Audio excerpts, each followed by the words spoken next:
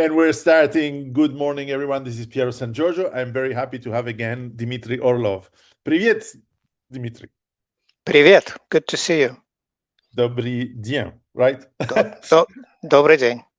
Okay, I'm super happy to speak to you. It's been a while, and the world keeps going faster and faster. And perhaps before we start on today's on the current events, 40 years ago, on the 26th of April, we are recording today on the 24th, 23rd, 24th, something like that. There was this incident of Chernobyl. It was, I believe you were already in the US at that time, right? Yes, I was in the US. What was your impression, or your family who was still in Russia impression about this event, and what does it meant then, and what does it mean today, in your opinion? Well, my family was not affected in any way at all. There was a previous similar incident at Laes in the Leningrad nuclear power plant that was essentially a repetition of what happened in Chernobyl. That did result in a certain release of radioactivity that could have affected certain members of my family, but the Ukraine is pretty far away from Leningrad, St. Petersburg, so we were not affected. I didn't learn much about it from the news, obviously, from American news. But I did read some books about it later on and talked to quite a few people, so I do know what happened and how it was how it was caused to happen. It wasn't an accident. Mm-hmm. What's your point of view on if it wasn't an accident? What is it caused by? It was caused by certain organizational problems within the Soviet power structure that caused nuclear power to be transferred from a super secret ministry that was in control of it before to another ministry that was staffed with quite a few incompetents. And it was these political appointees that caused the problem by performing an experiment that went horribly badly because they didn't understand what they were dealing with. And they were doing that in order to basically further their careers. Instead, they ended up ending their careers, and some of them ended up ending their lives as a result of that. So really, it was managerial incompetence during the waning years of the Soviet power structure. Mm-hmm. Now, if we forward to now, 40 years today, these kind of accidents are pretty rare. If we discount Fukushima, there hasn't been many. Would you say, especially as you live in Russia now, nuclear energy is pretty safe, right? It's the safest form of power generation compared to coal, for instance, coal-fired plants. It's extremely safe. The number of people who died as a result of accidents in the nuclear power industry is vanishingly small, even if you count Chernobyl disaster and Fukushima. In fact, you write in the foreword of my book, which you can also find in English. In English, it's CBRN. You wrote in the foreword that one of the aspects that is terrifying with nuclear energy is that it's really in our mind, because it's actually pretty safe, but because you cannot smell it, you cannot see it, you cannot feel radiation, it creates some sort of psychosis in our mind. That's what makes it special, right? Yes. Well, as far as coal-fired power generation, we cannot see or feel heavy metals in our diet either, but they kill us much more often than radiation does. So fears are really important to understand in terms of public psychology, but they're really not something that you can work with as an engineer or a scientist. They're subjective and not quantifiable, and they're impossible to do anything useful with. Now, one of the energy sources, look at the good transition to the today's topic, is one of the most important energy sources we are discovering again is oil.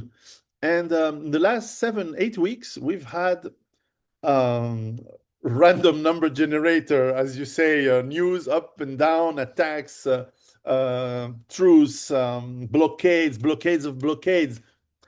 And the result is we are getting near the point where in Western Europe and certainly in the US as well, and certainly Asia, oil is going to be discovered as this super, super, super useful source of energy.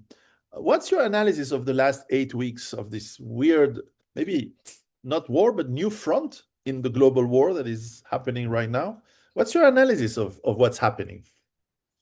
Well, first of all, this is a fiasco, a man-made fiasco. There's this man by the name of Bibi Netanyahu, who has quite a few inroads into the Trump administration because of all the money that wealthy Jews gave to Trump for his reelection campaign. Now, Bibi Netanyahu has a problem. He has to continuously fight wars, even though these wars are destroying Israel, in order to stay out of jail. Because the moment he cancels emergency, his emergency powers go away, he's immediately on trial, and various estimates put that his time in jail from the rest of his life to thousands of years, depending on how you rack up um, his criminal acts. Um, so Bibi insisted on attacking Iran, and a lot of what they thought would happen just didn't happen because Iran turns out to be anti-fragile. The more you attack it, the stronger it becomes. They just couldn't understand that. Not the Jews behind the whole project, the political Jews, not the Jews in general, but the Zionists. And because there are quite a few Jews in Iran. Iran is the major Jewish homeland, much more ancient than Palestine. And those Jews are doing just fine, by the way.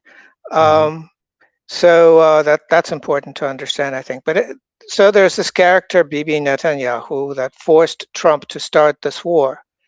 Now, Trump probably couldn't say no on the one hand, but on the other hand, what's happening is really useful to him and his clan, his family. In any case, they lost. They started this war and they instantly lost. So now Iran has this wonderful new concession called the Strait of Hormuz. Anybody who wants to sail through it has to pay them money, quite a lot of money. And Iran can also get Arabia back. You have to keep in mind that Arabia is Persian territory. For a while there, it was Osman Turkish territory, but really it's a bunch of desert with nomads living in there, and it's no man's land. But Muhammad was born as a Persian citizen. Muhammad was born into the Persian Empire. And there are quite a few people who understand that, who are in that region. So I think Iran won. Now there are other things happening, which is Trump realized that he could make a lot of money because oil prices keep going up and down. So he's realized that he can make them go up and down by saying one thing in the morning and another thing in the evening. The BBC has actually done a good job for a change, compiling all of the cases where a bunch of futures trading happened in the oil market, and then Trump said something to cause the oil price to either go up by 25 or 17 or 13%, or plummet by a similar amount. And each time, the Trump tribe pocketed quite a lot of money. So that's one thing to understand about Trump. He's not about foreign relations. He's not about negotiating peace treaties. He's not about any of these things that he has absolutely no understanding of. He's about making a bit of money for his family before he's thrown out of office. That's his whole plan. And so that plan is going really well. As far as he's concerned, he's doing better than ever. And so that's the thing to understand. Wow. You mentioned that he might be throw out of office. What's the process for that? I mean, who could it be? The army, the people, the how does it work? You know the American Uh, politics. well, it works like this. There's going to be a midterm election, and a lot of people are not going to get reelected. A lot of people who supported Trump no longer support him. They're just basically going to leave Congress and not stand for reelection. There'll be a lot of new people who do not support Trump. Now, it's not really predictable what's going to happen in tiny detail, but in general, it seems like the Trump the Trump party, if you will. It's not really the Republicans. He started out as a Democrat, then became a Republican, but now he violated everything that he ran on, and so the Republican Party would be actually, if they knew what they were doing, they would oust him as the party leader, uh, name somebody else. But in any case, he's not going to be in power. He's going to be a lame duck for the next 2 years, most likely, starting next January. He won't be able to get a single piece of legislation through. So he won't be able to be president by controlling Congress. Mm-hmm. He's already not the president because he no longer controls the judiciary. Even people he appointed in his previous term are voting against him. So, including in huge ways, such as he no longer can impose tariffs on foreign countries. Congress can only do that, and he can't get an agreement out of Congress. And really stupid, silly ways, such as he can't finish the left wing of the White House, which he demolished, and wanted to build a huge ballroom there for his birthday. Well, the American justice system basically canceled those plans. So that whole project is stuck. So he's in many ways a lame duck already. The last thing he could do, which is swan song, if you will, was attacking Iran. But in a week, either Congress has to approve further military action against Iran, which is, to me, rather unlikely, or he can give himself another month to controllably pull out. That's all he can do. No offensive operations are allowed under the special provision, or he can just like get out, and that's about it. That there's nothing else for him left to do. Iran has won. The United States has lost. All of the oil importing countries, with the exception of maybe China, have lost. And the results of that will be really bad. They are already quite bad, but they will be progressively worse, including hunger in various parts of the world for probably for the next few years. Mm. And a lot of other supply chain breakdowns that are occurring as we speak. The question is, if the Strait of Hormuz stays closed for long enough, then the situation economically degenerates to a point of no return. So various supply chains break down to a point where they can no longer be reconstituted. The factories go bankrupt, the workers leave, and the whole thing cannot be brought back to life because it wasn't constructed, it evolved. So without following the same evolution for which there are no resources left, it cannot be reconstituted. Yeah, for sure. And what would be the scenario? I mean, the scenario would be even worse if the war continues. And and and hence the question: if it continues, because I guess you can always bomb a little bit more, and you can always have Israel continue in Lebanon. Every day that goes on, and that the Hormuz, and we lose 10% of the world production and distribution, um, for the countries who depend on it, it's becoming extremely more painful, and it will be even longer, the effects. Australia is already rationing and probably having no more fuel by the end of next week. Philippines have no more fuel, or very little. Japan soon is going to be in crisis. South Korea. These are meaningful countries. They are producing a lot, as you mentioned. What would what could make it go on? I mean, do you think? I mean, can the war be lengthened? And if so, for what reason? Well, if the Americans and the Israelis decide to attack Iran again, you have to keep in mind that Iran has something on the order of 60% of all of the drones and ballistic missiles that it ever had still there, ready to be used, and they're preparing to use them.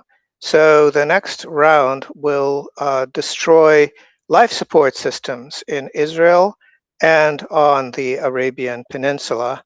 And one of the most important life support systems there is water purification facilities. The Arabian Peninsula is desert, and yet it has millions of people living there. And the only drinking and washing water they have comes from desalination plants. There are very few desalination plants. They take a long time to rebuild once they're destroyed. They're easy to destroy. And so if the Iranians hit the desalination plants, then basically almost the entire population of the Arabian Peninsula doesn't have very long to live. Mm. There is no way for them to leave. There's no water for them to drink. 2 days in the desert without drinking water is death.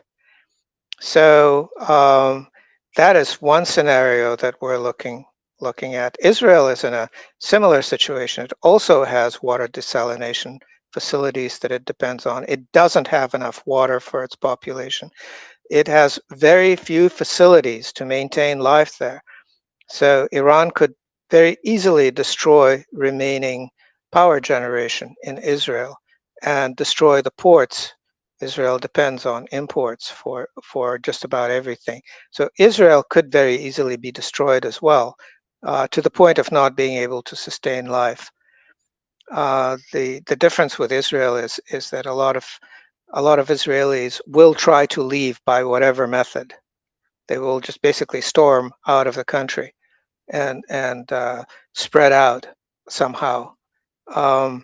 It is sort of in their DNA to do that. With the Arabs, it's not so much in their DNA. Theirs is to hold on to their land, but they're unlikely to do that, although they're nomads, so they're quite likely to migrate. Mm. Now, Israel has nukes. If a scenario like that goes very bad for Israel, what's the likelihood they will use the nukes? Well, you say that Israel has nukes. Well, Israel had nukes. When was the last time Israel tested a nuke? In South Africa, I think, a long time ago. Yes, something in the 50s, something like that. So nobody knows whether Israel's nukes work. Nobody knows whether there's a delivery system for them. The other thing is, if Israel decides to get its nukes out of mothballs and get them ready for action, everyone will notice. And everyone will just hit Israel as hard as possible to make sure that Israel can't use its nukes. You have to understand that there's preparation required. Even the United States cannot just snap its fingers and launch a nuclear attack. It takes effort. And in the case of Israel, that effort will be quite obvious. So I think if Israel decides to use its nukes, that will be the last decision it ever makes, historically. We I think so. decided to use nukes and now we don't exist, that sort of thing. Yeah, yeah, I think so. Now, China in all this, China seems to be very active on the diplomatic side, quite discreetly. Um, China seems to have a lot of reserves of oil for this kind, exactly for this kind of emergencies and situations. However, a world economic crisis will not be good for its business. Now, they can afford that, but it's never good. What's your take on the position of China and its point of view or action, possible actions, considering all what is happening? Well, I think that the Chinese, just like the Russians, are not interested in seeing Iran lose to the United States. They're quite interested in getting the United States out of Eurasia. And it seems that the United States is not really uh, opposed to the idea Hmm. of getting out of Eurasia. If you look at if you look at the strategies that the United States seems to have been trying to evolve, it's really an effort to hold on to the Western Hemisphere, or at least some of it, maybe just North America, Yeah. and and, uh, and let that be it, and declare Eurasia as lost. There was this character called Zbigniew Brzezinski, who wrote an entire book, the Grand Chessboard, I think it was called, Yes. which was about all the things the United States would have to do in order to hold on to Eurasia. Well, guess what? Everybody in Eurasia read that book, but nobody in the United States did. So, or at least in Washington. So they've been doing absolutely everything possible to to basically do what Brzezinski specifically said they can't do, and and uh, and keep doing that. And so the result will be that the United States, if Brzezinski's predictions are correct, and they seem to be, the United States will lose all presence in Eurasia. It'll be, if anything, a regional power in North America, or a defunct or a failed state. I see it much more likely that it's going to be um, a failed state uh, run by narco cartels. Those seem to be the best organized groups in North America at the moment. Yeah. Europe in this seems to matter for nothing. The British fleet, who used to command the oceans, was only able to arm and send one little ship to the theater for security, and it actually almost didn't reach it and had a failure at some point and had to go back. Um, Europe seems to be not even the shade of what it used to be, and the buffoons who run it are completely out of touch and out of reality. Do you think they even realize the supply chain problems we're going to have in a few weeks or months? Well, no, they're really focused on just one thing. They've given up on trying to actually fix problems of any sort. And their method for holding on to power is by claiming that war with Russia is coming, and that they have to prepare for it. Um, it's I keep saying this joke, but I think it fits the situation. Man walking down the street, and there's a woman up on the balcony saying, help me, this man is about to rape me." And the man says, "Woman, how can I rape you if you're up there on the balcony?" And she said, "Please wait, I'm coming right down." So that's the posture of Europe towards Russia. They keep making these wonderful plans, how to make a naval blockade of Kaliningrad. Kaliningrad is um, a major Russian fortress on the Baltic that currently doesn't have a land connection to Russia itself or to Belarus. That problem can be fixed rather quickly, by the way.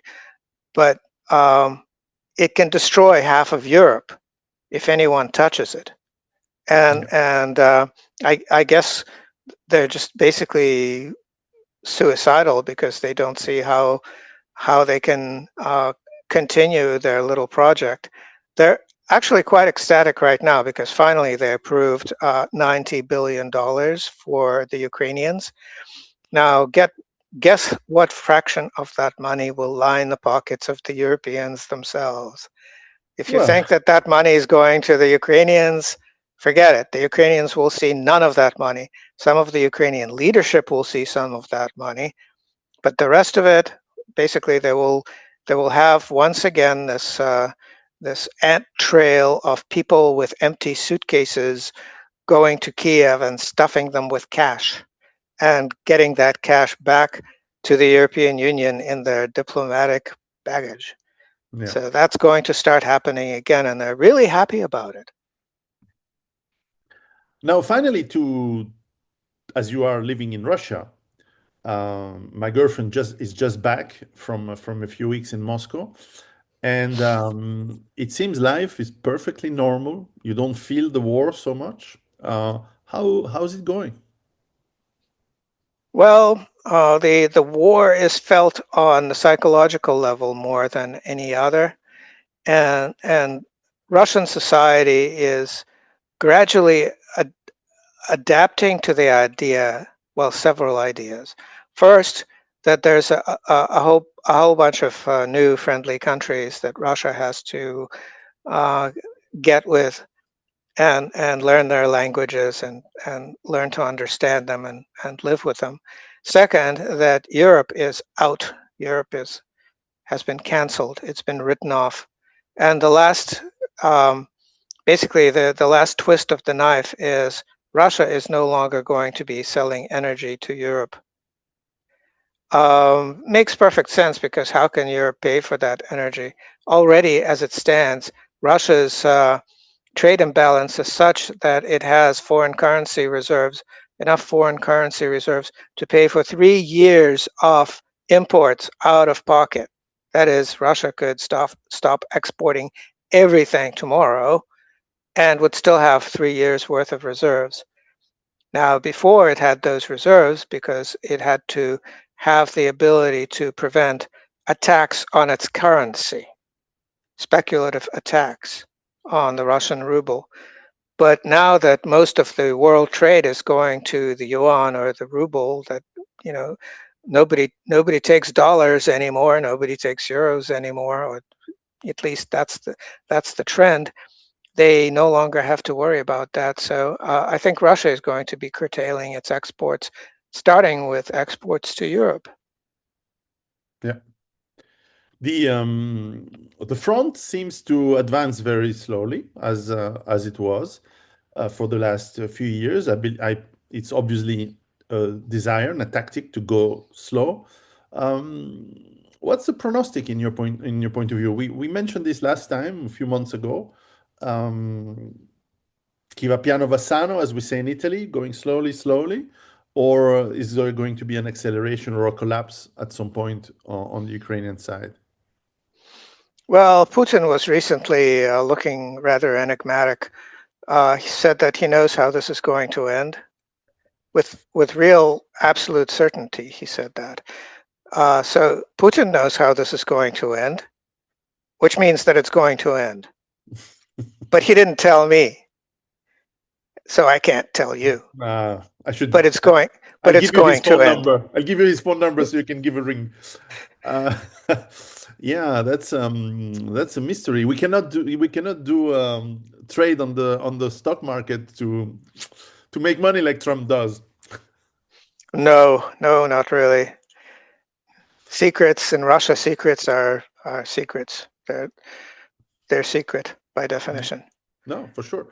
Now, now my impression is that the economy. You mentioned the psychological approach, and I think you're right. On the economical side and the day-to-day life seems to be doing just fine. Well, there's a revolution brewing, which is up till now, Russia had this. Um, I don't know whether the word conservative even applies, but liberal is more like it. Liberal central bank. Mm, I don't think those terms really apply that well, but basically the idea was that Russian central bank policy has to fight inflation the way that the IMF would want to do it, just basically not to attract attacks, to be a well-behaved little sheep of in the flock that follows around the U.S. Federal Reserve. And that seems to be changing because there's now the realization that, the Federal Reserve is this massive bad debt sponge that is losing the ability to do much of anything at all. With the U.S. Federal debt topping 40 trillion sometime soon, and no buyers for it, it's just going to be soaking up that money and not able to do much of anything else. And so the chance of a Western speculative attack on the Russian ruble is getting smaller and smaller, which means Russia doesn't have a structural trade surplus. It can have balanced trade. And it can issue currency as it sees fit without having the currency that it issues in the ruble kind of shadowed by its foreign currency reserves. It can basically be its own money printing center. It can issue money for projects that produce wealth, mhm. and Russia has plenty of those. And so that is a pattern that Russia has followed before in various times in its history to produce absolutely phenomenal economic growth.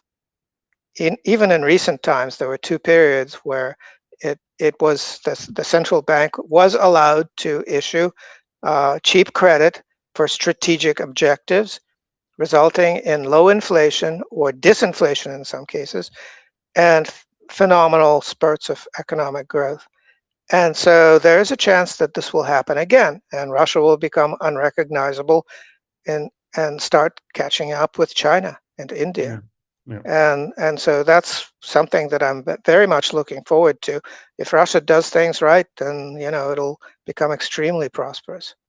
So Brzezinski was right. If you manage the heartland of the Asia, you are the ruler, you are the boss. Although Russia, He was wrong in one thing. He thought that if you print a book and give it to a bunch of a bunch of idiots, the idiots will be, oh, this is so intelligent.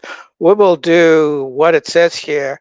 Instead, he wrote a book, gave it to a bunch of idiots, and the idiots did the exact opposite. mm, I for bet he sure, didn't expect that. no, and well, who knows? Who knows? He was certainly a smart guy. And however, Russia and China don't seem to have imperialistic ambitions. They are not in the mind software they have. The cultures is not the same as the Anglo-Saxon and Israeli uh, way of doing empires. Well, yes, their empires, if you want to use the term empire expansively, in terms of empire in the British or the American sense, where basically you extract wealth from the periphery and suck it into the center where it's used up in conspicuous consumption. No, that is not the Russian pattern at all.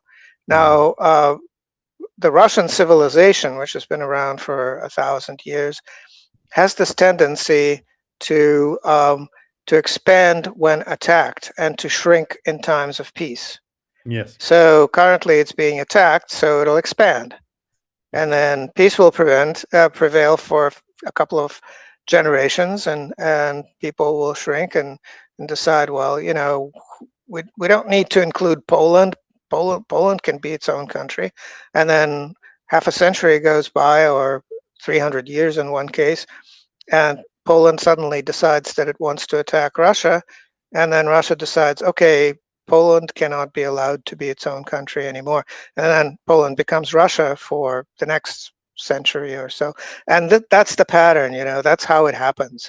Um, Russia is an anti-fragile country, just Yes. like just like Iran. If attacked, it becomes bigger and stronger. If you don't attack it, it shrinks. Hmm. Now China, it doesn't expand, doesn't contract. It just slowly, very slowly, tries to get back uh, pieces that are, to begin with, Chinese, like Hong Kong. How long did it take it to get it back? Taiwan. It's not in any hurry. It's integrating it economically. And so the Chinese are very much about trade. They're not about military expansion or political expansion. Interesting what you say about Russia, because it is indeed, unlike the American or Anglo-Saxon empires, it does not take out of the periphery. It actually, if I remember my Russian economic studies, it actually invests into the periphery, probably too much, but historically speaking. So it's actually an empire that gives a lot, like Roman. You give a lot to the periphery, with some exceptions in times. But yeah, I would be much more happy to live in a Russian-run world than an American-run world, or say especially the kind of America we have now. It's not 1950 anymore. If it was ever good at the time, even I wasn't there. But anyway, final words. What are the news on your side? Is there any new book or project coming out? Where can people find more information about you? Not really. I'm working on other things. There's a country house that I'm finally getting to the finishing stages of restoring. Finally, we'll spend the entire summer there. It's a place where we'll be able to spend parts of the winter as well. So that's a major project that I'm working on. Has nothing to do with writing or publishing or anything like that. My son has shifted to homeschooling, so I'm spending a lot of time with that and having quite a bit of time, quite a bit of fun with it. Various other projects, but basically, um, the world is in a state where everything is very predictable, everything is very stable, under control. I don't have to say much about it. Everything is going just great, and I'm just watching it and enjoying myself. Yeah, I think there's a time in life for that. I agree. Dimitri, thank you very much. And I'll put the links to your website, your blog, and your pages where people can find your books. As Okay, always, it's a pleasure. Thank you very much. thank you.